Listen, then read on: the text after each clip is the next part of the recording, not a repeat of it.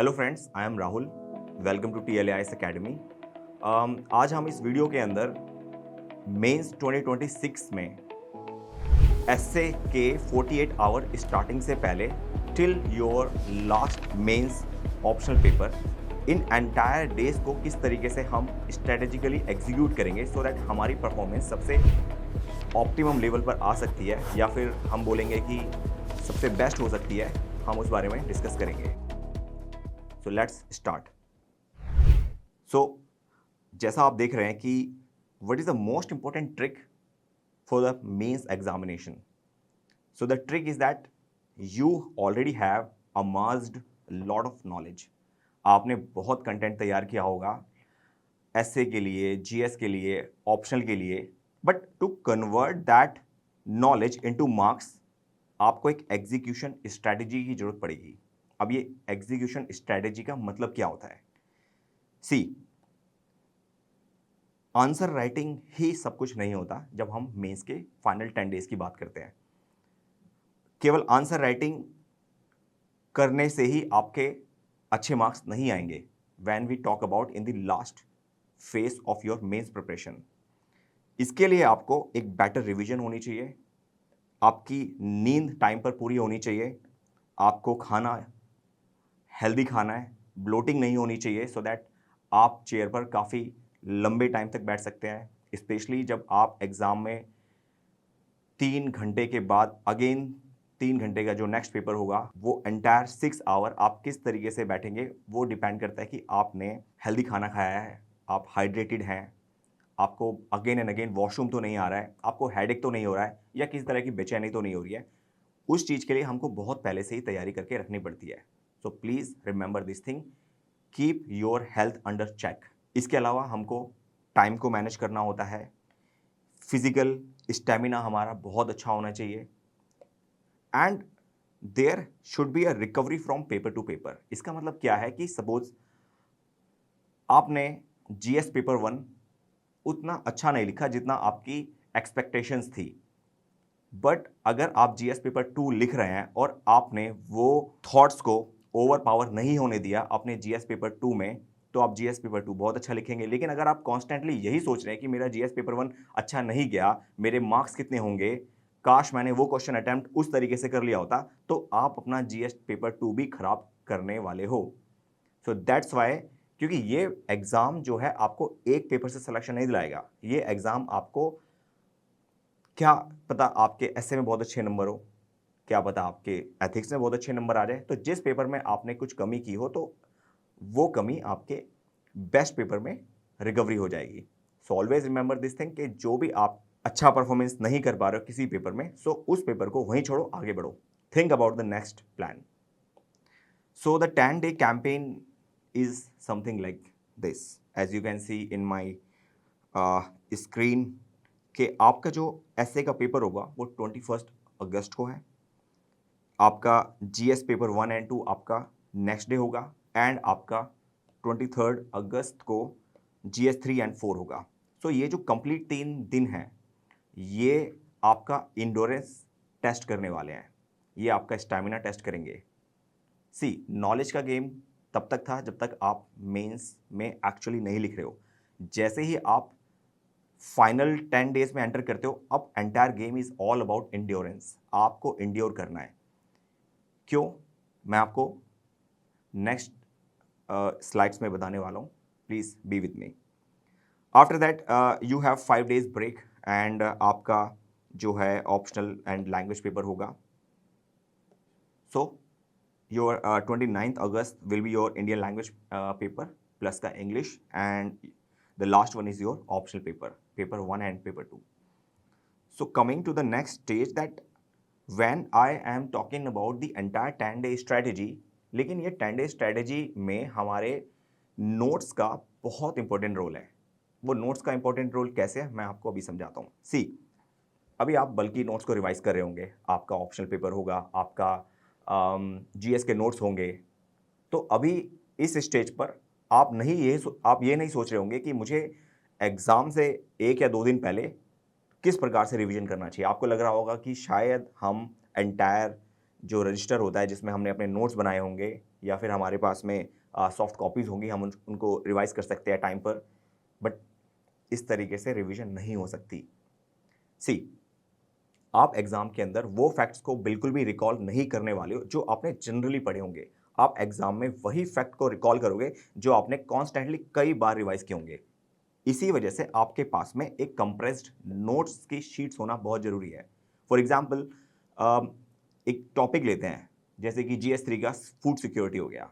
Food security को अगर हम नॉर्मली नोट्स बनाएंगे तो 2 से 3 पेज या 4 पेज के आसपास नोट्स बनते हैं, लेकिन अगर हम उसको कंप्रेस्ड करेंगे तो ओनली 1 पेज के अंदर एंटायर फूड सिक्योरिटी को आप लिख सकते हो। कैसे, ये मैं आपको भी बताऊंगा। So basically the bigger picture is that your 1 pager revision sheets is the game changer in your mains examination. How? आप इस 1 पेजर रिवीजन शीट्स में अपनी डेफिनेशंस लिख सकते हो, रिपोर्ट्स लिख सकते हो, डेटा हो गया, डायग्राम हो गया, कीवर्ड्स हो गया, एग्जांपल्स हो गया, whatever you think is important to write in your mains, please write it down in your 1 pager sheets notes. Alright, so जैसे कि आप देख सकते हैं कि 100 pages of sheets basically create revision panic. आपको लगेगा कि मेरा वो फैक्ट छूट गया है या फिर मेरा ये टॉपिक छूट गया है, इतने मोटे नोट्स को मैं कैसे रिवाइज करूंगा एग्जाम से पहले। लेकिन अगर आपके पास में 20-30 पेज और शीट्स हैं जो एक्चुअली आपको एग्जाम में लिखनी ही है across all the GS paper 4, तो आपका रिकॉल एक्टिवेशन होगा। रिकॉल एक्टिवेशन का मतलब ये है कि समटाइम्स ऐसे होता है कि एग्जाम में जाने से पहले, सपोज मैं एग्जाम सेंटर हॉल पर 1 घंटे पहले पहुंच गया, I am waiting outside the examination hall, वहां पर मैंने अपनी शीट निकाली और शीट को एक बार ऊपर से घुमा लिया, तो होगा क्या कि जब आप अपने आंसर्स को लिख रहे हो वो एक ब्लैंक शीट होगी, आपने क्वेश्चन देखा, अब आप अपने आंसर्स को जनरेट कर रहे हो, उसके स्ट्रक्चर को जनरेट कर रहे हो, कीवर्ड्स को सोच रहे हो, डेटा को सोच रहे हो। उस वक्त आपने जो वो रिवीजन शीट्स में फैक्ट्स लिखे होंगे तो उस टाइम आपका रिकॉल एक्टिवेशन होगा एंड आप सरप्राइज हो जाओगे कि जो आपने अभी इससे पहले रिवाइज किया था वही आप एक्चुअली बहुत अच्छे से लिख पाओगे। वेल, ऐसा नहीं है कि जो आपने पहले पढ़ा होगा वो रिकॉल नहीं होगा, लेकिन आपके जो कंप्रेस्ड नोट्स होंगे, जो आपके रिवीजन शीट्स होगी, वो आपको बहुत फायदा पहुंचाएगी in the real exam of your mains 2026। Well, आपको समझाने के लिए मैं अपने खुद के कंप्रेस्ड नोट्स आपको दिखा रहा हूं। इस तरीके से आप अपने कंप्रेस्ड नोट्स को बना सकते हैं। जो भी मुझे डायग्राम्स अच्छे लगते थे या कीवर्ड्स अच्छे लगते थे तो मैं उनको अपनी एक फैक्ट बुक में रिकॉर्ड कर लेता था और एग्जाम से पहले मुझे बस यही फैक्ट बुक को रिकॉल करना था। आप देख सकते हैं जिस तरीके से।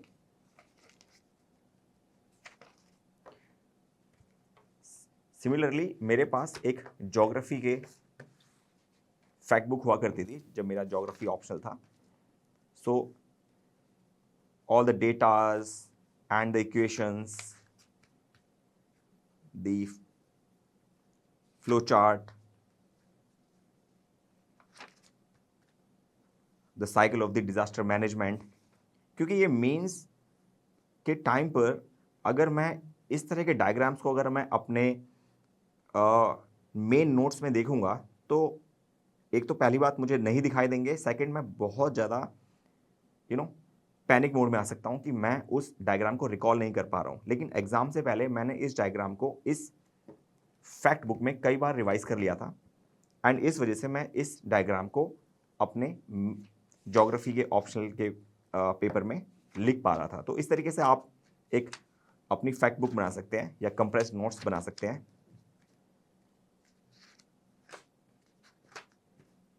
वेल, जो मैंने आपको कंप्रेस्ड नोट्स दिखाए थे वो जस्ट एक रेफरेंस के लिए है। आपको जैसा भी सूटेबल लगे आप अपने कंप्रेस्ड नोट्स को बना सकते हो या 1 पेज ऑफ शीट्स बना सकते हो। So moving to the most important part now, that before 2 to 3 days of your mains आपको क्या करना चाहिए।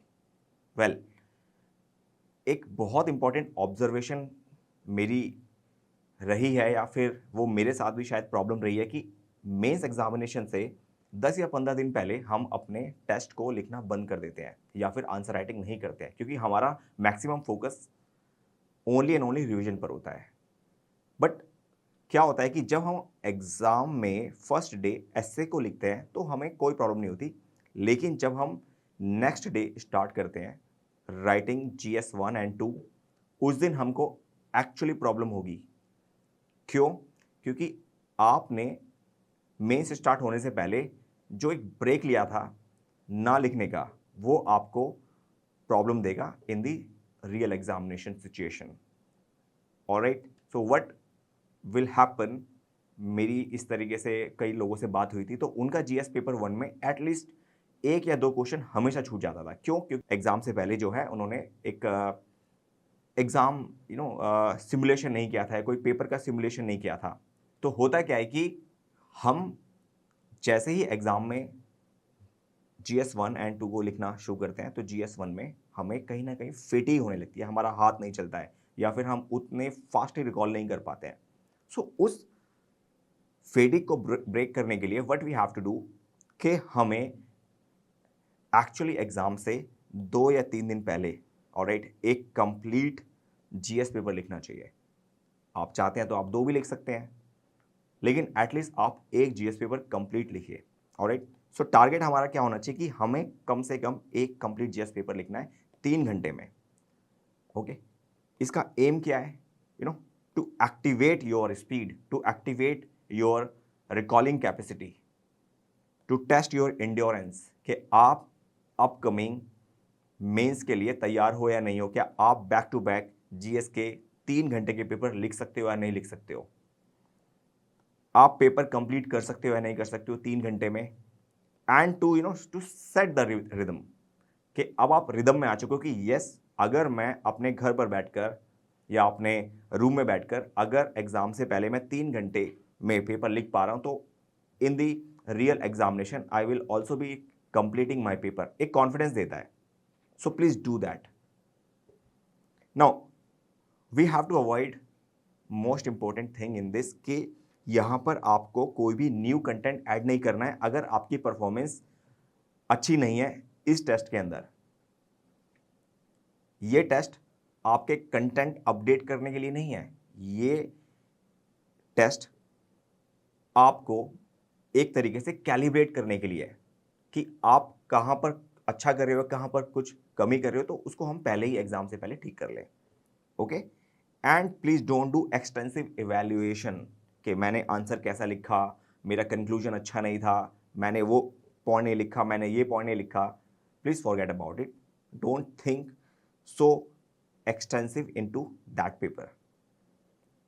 All right, and you should basically diagnose these things in your that test paper. Please diagnose that.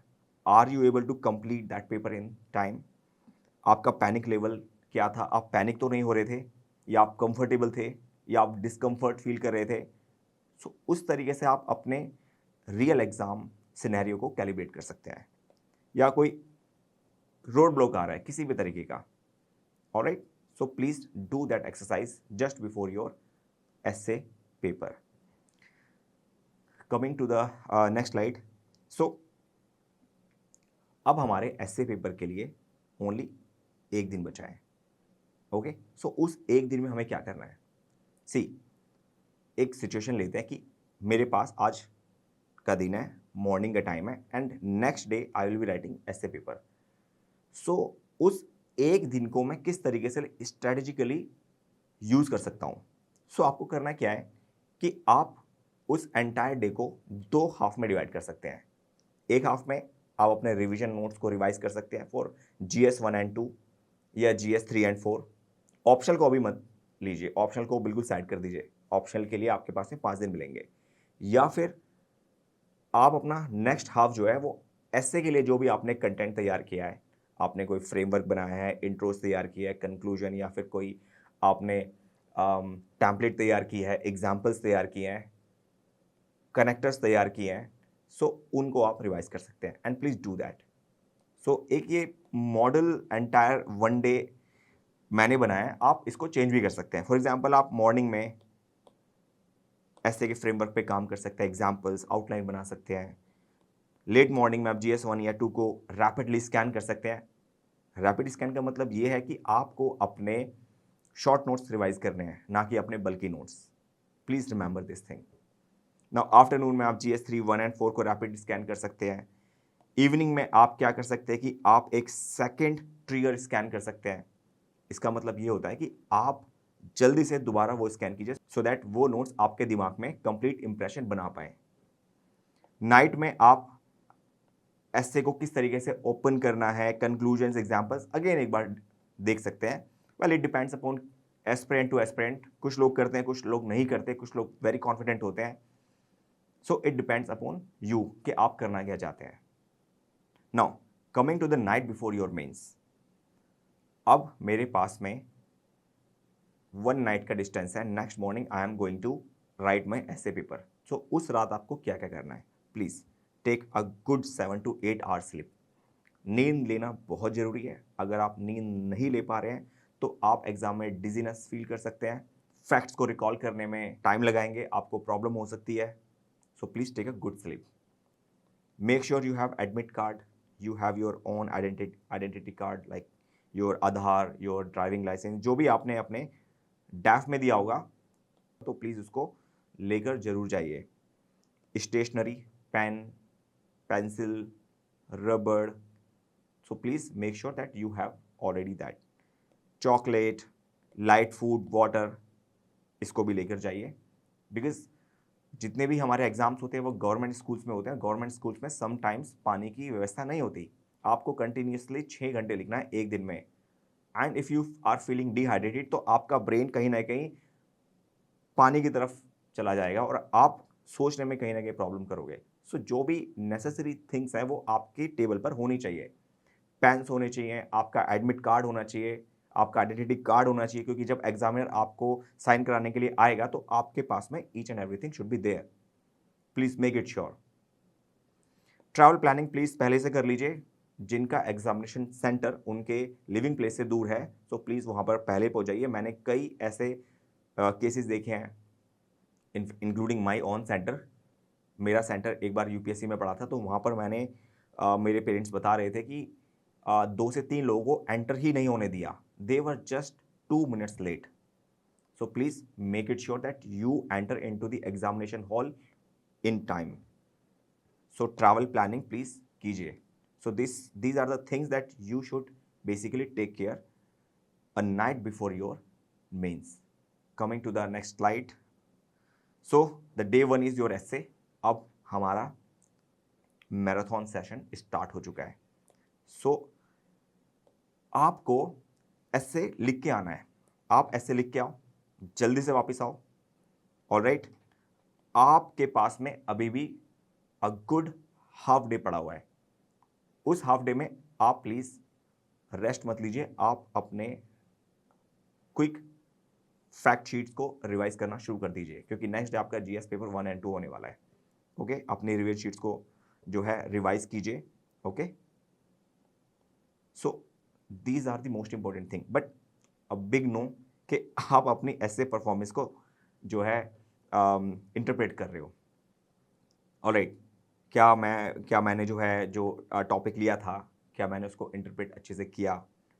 Topic selection, क्या मेरा अच्छा judgement था, मुझे कोई और दूसरा टॉपिक ले लेना चाहिए था, या फिर मेरे मार्क्स कितने होंगे? इस तरह की जो भी बातें हैं please don't think about it.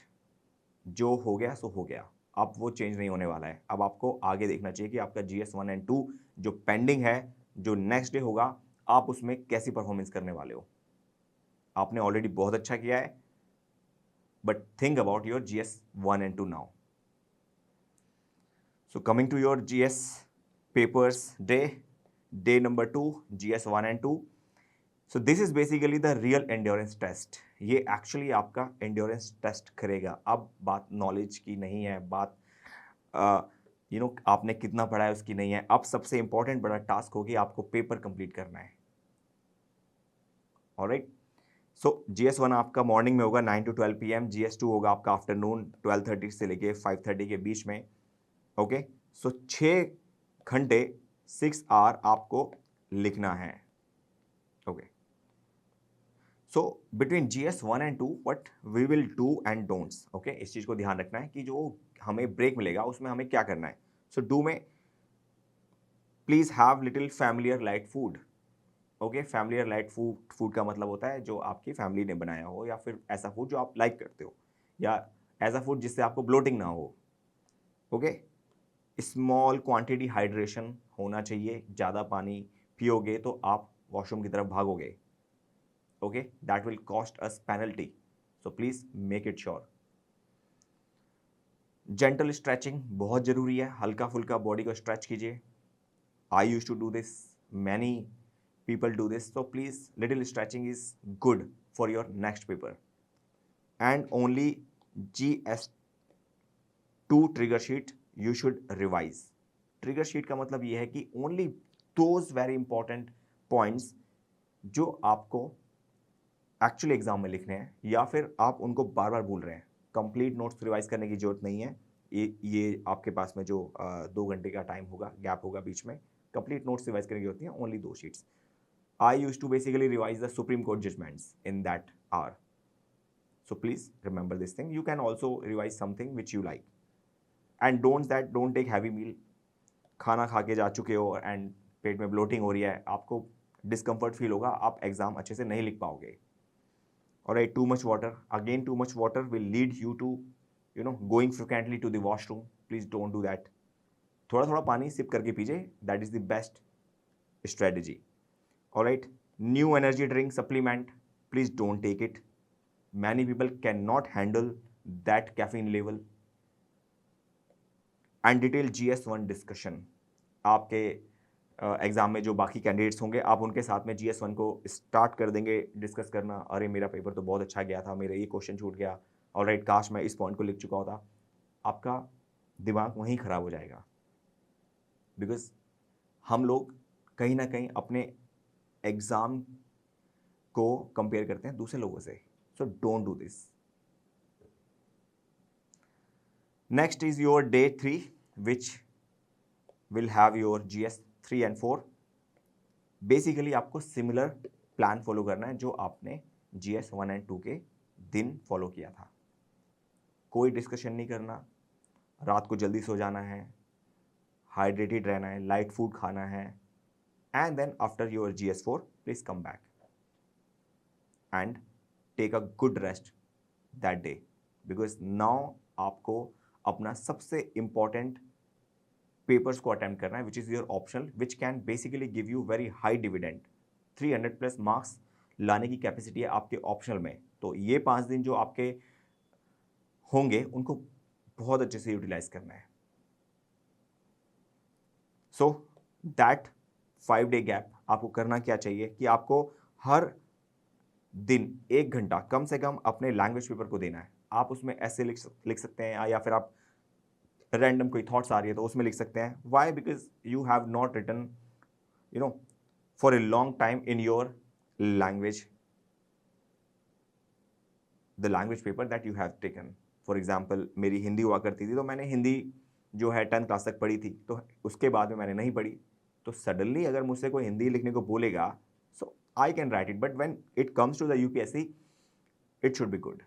So that's why you should basically give at least 1 hour every 5 day, alright, to the language paper. क्योंकि अगर आप लैंग्वेज पेपर में फेल हो जाते हो तो आपके GS के अदर पेपर्स इवेल्युएट नहीं होंगे, एंड आपको कभी नहीं पता लगेगा कि आपने एक्चुअली मेंस में क्या परफॉर्मेंस दी थी, in case you are writing the mains next year. So please make sure that you take your language paper very seriously. Optional को रिवाइज करना है बहुत एक्सटेंसिवली, बिल्कुल भी लाइट नहीं लेना है इन 5 दिनों को। जितने भी आपके नोट्स हैं आप रिवाइज कर सकते हो। आपने अगर शॉर्ट नोट्स बनाए हैं वो रिवाइज कीजिए, अगर आप में कैपेसिटी है तो आपने बल्कि नोट्स को रिवाइज कीजिए। I use to do both, so please you also do that. Don'ts में अगेन कि don't ignore your language paper, alright, and not enough optional revision, basically it can be very dangerous at this moment. आपने day 1 2 3 बहुत अच्छे से निकाला है, लेकिन अगर आपके ऑप्शनल पेपर में कहीं गड़बड़ हुई तो आपका मेंस कहीं ना कहीं कॉम्प्रोमाइज हो सकता है। So please these 5 days don't take it lightly, जितना हो सके उतना तैयारी कीजिए। टेस्ट लिखने की जरूरत नहीं है, लेकिन please at least revise multiple times. और बीइंग वेरी कंफर्टेबल, ठीक है मेरे बहुत अच्छे पेपर गए हैं GS 1 2 3, मैं तो उसमें बहुत अच्छे नंबर ले आऊँगा, अगर मेरे ऑप्शनल में नंबर उतने अच्छे नहीं हैं फिर भी चलेगा, ऐसा नहीं होगा। अगर आपने ऑप्शनल में अच्छे नंबर नहीं लेकर आए हो, चाहे GS में आपके 450 प्लस मार्क्स होंगे भी, तो तो भी आपका सिलेक्शन नहीं होगा, मे बी आपको इंटरव्यू कॉल आ जाएगी। दैट्स वाई ऑप्शन में मार्क्स लाना आज के टाइम पे बहुत जरूरी है, because competition is very very tough. So now हमने बात की है कि आपके ऐसे से लेके आपके ऑप्शनल तक आपकी क्या स्ट्रेटेजी होनी चाहिए। We have talked about that in almost detail. So the most important thing lastly which I would like to discuss is that what you should do in the examination hall when you get your GS paper. Okay, so I'm talking about your GS paper 1 2 3 not 4. 4 के लिए strategy different होती है, मैं उसके लिए एक नया video बनाऊंगा, आप प्लीज उसको चेकआउट कीजिए। So in the examination hall, whenever you get the question paper, all right, divide the question into 3 parts. मैं आपको इसका तरीका बताऊंगा क्वेश्चन पेपर के साथ में। So divide the question paper into 3 parts, all right. One part is which basically in which you are very confident. आपको पता है कि ये टॉपिक मुझे अच्छे से आता है, मैं कंटेंट भी रिकॉल कर सकता हूँ, मेरे पास पॉइंटर्स भी हैं, and I can write very good content into it. B is like ठीक है टॉपिक आता है, आंसर को फ्रेम कर सकता हूं लेकिन मुझे टाइम लगेगा उसको सोचने में। सी इज लाइक बाउंसर, आपको पता ही नहीं है क्वेश्चन कहां से आया है, बस सुना सुना सा है, लेकिन you don't have complete framework और आंसर, और you don't have point two write in this. अब एग्जाम में जब भी इस तरह का सिनेरियो बनेगा, alright, always remember this thing कि जब भी आप अपने जीएस पेपर को स्टार्ट करोगे, start with part A, alright, with aggression. Aggression के साथ स्टार्ट करना है, लाइट नहीं लेना है। 5 मिनट तो आप इनिशियली लेंगे क्वेश्चंस को क्लासिफाई करने में, जो आपको यूपीएससी 5 मिनट्स एक्स्ट्रा देता है अदर देन योर 3 आवर्स। लेकिन जैसे ही आपका 3 आवर्स स्टार्ट होने वाला होगा, तभी आप अपने पार्ट ए को very aggressively you will start writing the answers. क्यों एग्रेशन के साथ क्यों स्टार्ट करना है? क्योंकि यहां से आपका मोमेंटम स्टार्ट हो जाएगा, वो बहुत जरूरी है। क्योंकि अगर आपने शुरू में ही उस मोमेंटम को मेंटेन नहीं रखा तो आपको प्रॉब्लम आएगी part B and part C में भी। लेकिन अगर आपने पार्ट ए को बहुत अच्छे से हैंडल किया है, then handling part B and part C will be not that much challenging for you. Well, जैसे कि हमने अभी डिस्कस किया कि किस तरीके से हम अपने पेपर को क्लासीफाई करेंगे 3 पार्ट्स में, लेकिन उसको क्लासीफाई करने से पहले आपको यूपीएससी 5 मिनट देगा other than your 3 hours. So what you have to do कि उस 5 मिनट में आपको पेपर को देखना है। सबसे पहले ये चेक कीजिए कि यूपीएससी ने कोई चेंज तो नहीं किया है। फॉर एग्जांपल यहाँ पे 10 मार्कर 10 मार्कर है, यहाँ पे 10 मार्कर है, और यहाँ पर टोटल 10 क्वेश्चंस हैं 10 मार्कर के, and from starting from 11 15 marker है। तो इसका मतलब अभी फिलहाल कोई चेंज नहीं आया है। Please check it deliberately. We don't know कि यूपीएससी कब अपने एग्जाम पैटर्न में चेंज कर दे, कब क्वेश्चन की सीक्वेंसिंग में चेंज कर दे, कब मार्किंग पैटर्न में चेंज कर दे। तो please remember this thing, alright. So उस 5 मिनट में हम क्या करेंगे कि जैसे ही हमारे पास में पेपर आया, हमने फटाफट स्कैन किया कि क्वेश्चंस का पैटर्न सेम है, मार्किंग पैटर्न सेम है, एंड स्ट्रेट फॉरवर्ड हम क्वेश्चन नंबर 1 से लेके क्वेश्चन नंबर 20 तक सारे क्वेश्चंस को जल्दी से पढ़ लेंगे, ऑलराइट। तो जब हम क्वेश्चन को पढ़ेंगे तो for example the most important achievement of modern law in India is the constitutionalization of environmental problem by Supreme Court. जब मैं ये मेंस लिख रहा था तो मुझे ये क्वेश्चन बहुत अच्छे से आता था, ऑलराइट। सो मैंने यहां पर एक सर्कल बना दिया कि I know this question very well. इस तरीके से मैं जितने भी सारे 20 क्वेश्चन हैं उनको स्कैन करूंगा। Well, I will not care about कि वो 10 मार्कर का है या फिर 15 मार्कर का है। मैं सभी क्वेश्चंस को स्कैन कर कर मैं एट लीस्ट फर्स्ट राउंड वाले जिनमें मैं हाईएस्ट कॉन्फिडेंट हूं वो सिलेक्ट कर लूंगा। लेट्स सपोज के हमने 10 to 12 क्वेश्चंस ऐसे फाइंड आउट कर लें जिनमें मैं बहुत ही कॉन्फिडेंट हूं, ऑलराइट। अदर देन दैट आपके पास में 8 to 10 क्वेश्चंस ऐसे होंगे जिसमें अभी आप कैटेगरी बी या सी में होंगे।